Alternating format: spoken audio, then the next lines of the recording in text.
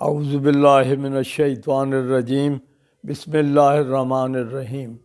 آج کا موضوع ہے احادیث صحیحہ، اور اس کے حوالے سے جو بھی ریفرنس ہیں مختصراً اس کو ہم آج بات کریں گے، کیونکہ آج کل لوگوں نے مختلف یہ میڈیا کے اوپر، جو سوشل میڈیا کے اوپر ہمارے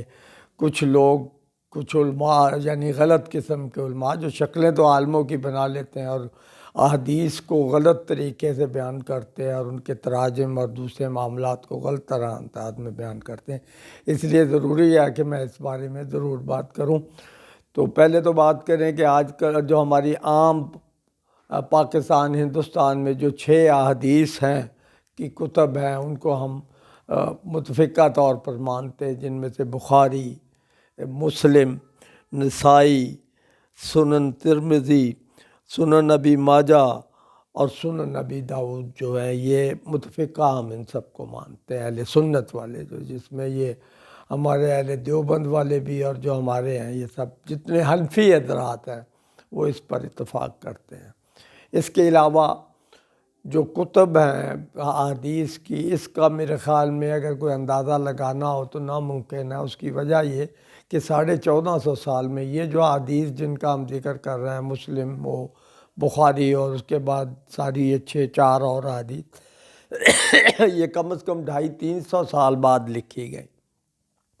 جب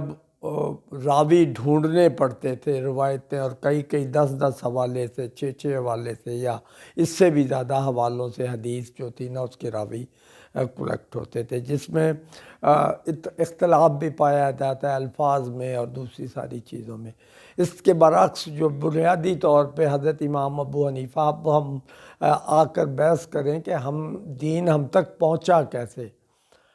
یہ تو 300 سال بعد لکھی گئی، جیسے میں نے کہا، یا 250 سال بعد مسلم بخاری لکھی گئی، یا 220 یا 30 کے درمیان لکھی گئی ہجری۔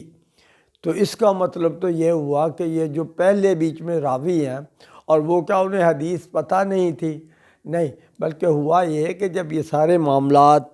ہمارے اختلافی ہو گئے، اور ان معاملات حدیث میں لوگوں نے مطلب میں یا سمجھنے میں اس کے بیچ میں فرق آنے لگ گیا، تو اس پر پھر انہوں نے اس پر مناظرے ہوئے، اور اس پر تمام، جیسا مدینہ کے حضرت امام مالک نے اپنی موطا لکھی، اسی طرح حضرت امام ابو حنیفہ نے باقاعدہ اس پہ فقہ حنفیہ لکھا حدیث اور قرآن کے مطابق، اور اسی طرح بعد میں جو تھے امام شافعی، جو امام مالک کے شاگرد تھے، انہوں نے پھر اپنی یعنی اس کی تحقیق کی، جس میں سے کچھ امام مالک کو فالو کیا، حالانکہ وہ شاگرد تھے امام مالک کے، انہوں نے کچھ ان کو فالو کیا، اور کچھ اس میں اپنی اطراع یا اپنی جو تحقیق تھی وہ شامل کی۔ اسی طرح امام حنبل جو امام شافعی کے شاگرد تھے، انہوں نے بھی اپنی تحقیق شامل کی، اور اپنی جو کتاب تھی اس کے بارے میں فقہ یا جو سارا مکمل ایک وہ جامعہ وہ دیا۔ اس طرح ہم جو اہل سنت ہیں یا جو مسلمان ہیں، تشیع کے علاوہ ہم 4 اماموں پر ہمارا متفقہ اتفاق ہے: امام اعظم امام ابو حنیفہ، امام مالک، امام شافعی اور امام حنبل۔ اب یہ امام مالک اور امام ابو حنیفہ جو دونوں ہیں نا، یہ ایک ہی دور میں ہوئے، اور اس طرح ہے کہ امام مالک کے متعلق بھی ہے کہ وہ تابعی تھے، اور اسی طرح حضرت امام ابو حنیفہ کے متعلق بھی ہے کہ وہ تابعی تھے کسی حوالے سے، کیونکہ تاریخ کے حوالے سے کچھ لکھتے ہیں کہ وہ تبع تابعی تھے۔ حضرت امام مالک مسجد نبوی میں، مدینہ منورہ میں حدیث کی تعلیم دیتے تھے، اور اسی طرح جو حضرت امام اعظم ہیں امام ابو حنیفہ، یہ مسجد شونیہ جو تھی بغداد میں، اس میں حدیث اور اس ساری چیزوں، فقہ اور ساری چیزوں کی تعلیم دیتے تھے۔ تو اس طرح کر کے وہ ان کے شاگرد یعنی ہوتے یہ بنیاد وہ لوگ ہیں جو تابعین یا تبع تابعین یا اس کے بعد جو اولون میں سے آئے، انہوں نے یہ، جن میں امام شافعی بھی آ جاتے ہیں، تاریخ کے مطابق ان کا علم میں درجہ اتنا بلند ہے۔ اور پھر صرف ایک ہی میں بات کر دوں، جیسے آگے بات ہو رہی تھی کہ امام ابو حنیفہ، امام اعظم خود لکھتے ہیں کہ مجھے 12 لاکھ احادیث زبانی یاد تھی۔ اب وہاں پر یہ ایشو نہیں تھا کہ یہ حدیث متفقہ ہے یا نہیں ہے، یا اس میں کوئی شک ہے، کیونکہ وہ خود تابعی تھے، اور انہوں نے صحابہ سے یا تابعین سے ساری یہ تعلیم حاصل کی۔ اس حوالے سے اگر آج کے کوئی بعد میں اگر مسلم بخاری ہے یا مسلم ہے، ان میں ٹوٹل کوئی کسی میں 4800 ہیں، کسی میں 6200 ہیں، یا کسی میں کچھ سے کم ہے یا مماثلت ہے، تو وہ احادیث جو بھی انہوں نے اپنی جامعہ بخاری لکھی یا اسی طرح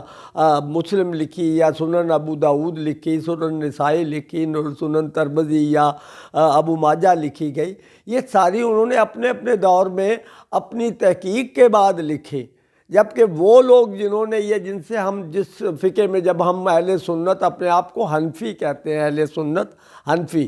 اہل سنت کا مطلب ہے کہ یہ سب سے بڑی جماعت تھی قرون اولیٰ تھے، یعنی اولون دور سے بھی یہ وہ سب سے بڑی جماعت گنی جاتی تھی، جس میں امام ابو حنیفہ کے ماننے والے آپ یہ اندازہ لگائیں کہ اگر پوری دنیا میں 2.25 ارب مسلمان ہیں نا، تو اس میں سے کم از کم 1.90 ارب جو ہیں وہ اہل سنت حنفی ہیں۔ پورے ہندوستان میں، پورے پاکستان میں یہ 2 ہی فرقے ہیں۔ اسی طرح دوسرے ممالک، کیونکہ سب سے زیادہ آبادی مسلمانوں کی اس ایشیا کے اندر آتی ہے، جس میں ہمارا ملائیشیا، انڈونیشیا اور یہ سارے ممالک آ جاتے ہیں، تو وہاں اکثریت جو ہے وہ امام ابو حنیفہ کے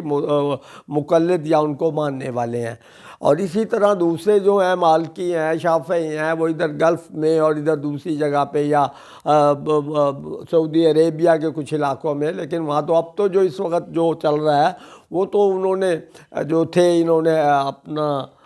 یہ شاہ سعود نے جو اپنے وہ بنائے، وہ سارے نجدی ہیں، ان کا تعلق ان سے کسی امام سے نہیں ہے، اور وہ وہی مسئلے کرتے ہیں جو ان کے، وہی عبد الوہاب نجدی کا تھا جو سارا وہ اس مسلک کو پروموٹ کرتے ہیں، اور انہوں نے ہی انگریزوں کے دور میں، کیونکہ انہیں حکومت ملی اور انہوں نے اسی کو پروموٹ کیا، اور انگریزوں نے اس کی مدد کی۔ ان کو پہلے وہابی کہا جاتا تھا، اہل حدیث تو انگریزوں سے انہوں نے اجازت لے کے کہ ہمیں اہل حدیث کیا جائے، حالانکہ اہل حدیث کا مطلب ہے کہ تمام احادیث کو ماننا، اور وہ صرف ایک بخاری پہ اکتفا کرتے ہیں، اور اس میں سے بھی اپنی مرضی کی جو حدیث ہے اس کو کرتے ہیں، اور دوسریوں کو وہ کرتے ہیں۔ اس میں کافی لمبی تفسیر ہے۔ اس کے بعد اگلی بار جیسے میں نے کہا تھا کہ جو کتب ہیں، ہزاروں کتب، یعنی احادیث پہ اتنی بڑی کتب ہیں، جیسے جامع کبیر ہے، جامع صغیر ہے، اسی طرح اور تفسیر کی دوسری کتابیں ہیں، جس طرح امام راضی کی اور دوسری ہے، بہت زیادہ کتب ہیں، یعنی 71 کے قریب تو اب بھی ایسی کتب ہیں جو موجود ہیں بڑے بڑے مصنفین کی، لیکن ہم صرف اکتفا اس لیے کرتے ہیں کہ ہم زیادہ بحث میں نہ جائیں، اور وقت کے ساتھ ساتھ احادیث اتری۔ جو شروع میں جیسے اب آگے بات ہو رہی تھی کہ حدیث یہ ہوئی کہ جس نے کلمہ پڑھ لیا جنت اس پہ واجب ہو گئی، اس وقت تک نہ نماز فرض تھی نہ دوسری چیزیں فرض تھی، بعد میں رمضان آ گیا، روزے فرض ہو گئے، نماز فرض ہو گئی، اور دوسری چیزیں جو تھی زکوٰۃ فرض ہو گئی، اور جو چیزیں تھیں جہاد اور اس طرح کے سارے معاملات فرض ہو گئے، تو اس کی بھی ساتھ ساتھ وہ آتی رہیں۔ اب ان ٹائم میں کیونکہ لوگ مشرکین ساتھ نماز پڑھتے تھے تو رفع یدین کا باقاعدہ کیا گیا، اس میں کوئی شک نہیں، لیکن جب وہ مشرکین اور منافقین کو تقریباً علیحدہ ہو گئے اور سارے ثابت ہو گئے، تو پھر اس کے بعد رفع یدین ختم ہو گیا۔ یہ چیزیں کوئی اختلافی ہیں، فروعی ہیں، یہ کوئی دین کی بنیاد نہیں۔ کوئی اگر کوئی کرتا ہے رفع یدین تو ضرور کرے، لیکن جو جس مسلک پر ہے، اگر کوئی اپنے آپ کو مسلمان حنفی کہتا ہے تو وہ اس کے عقائد پہ عمل کرے، اگر کوئی حنبلی ہے یا مالکی ہے یا شافعی تو اس کے عقائد پہ عمل کرے، کوئی اعتراض نہیں، لیکن ایک دوسرے کے ہم مسلک پہ یا کسی جو جس کی ہم تقلید کرتے ہیں اس پہ اعتراض کرنے کا کسی کو حق نہیں۔ اور خاص کر جیسے میں نے پہلے کہا کہ اس میں تو کوئی شک ہی نہیں، اپنے وقت میں ان کو لوگوں نے امام اعظم کہا، اور حضرت عبداللہ نوری رحمۃ اللہ علیہ جو ان کے ہم اثر تھے، وہ اکثر کہا کرتے تھے کہ اگر آدھی دنیا کا علم ایک پلڑے میں رکھ دیا جائے اور دوسری پلڑے میں امام ابو حنیفہ کا علم رکھ دیا جائے تو وہ پلڑا جھک جائے گا جس میں امام ابو حنیفہ کا علم ہوگا، اس سے بڑی اور کوئی وہ ہو نہیں سکتی، یعنی اس میں کسی کی وہ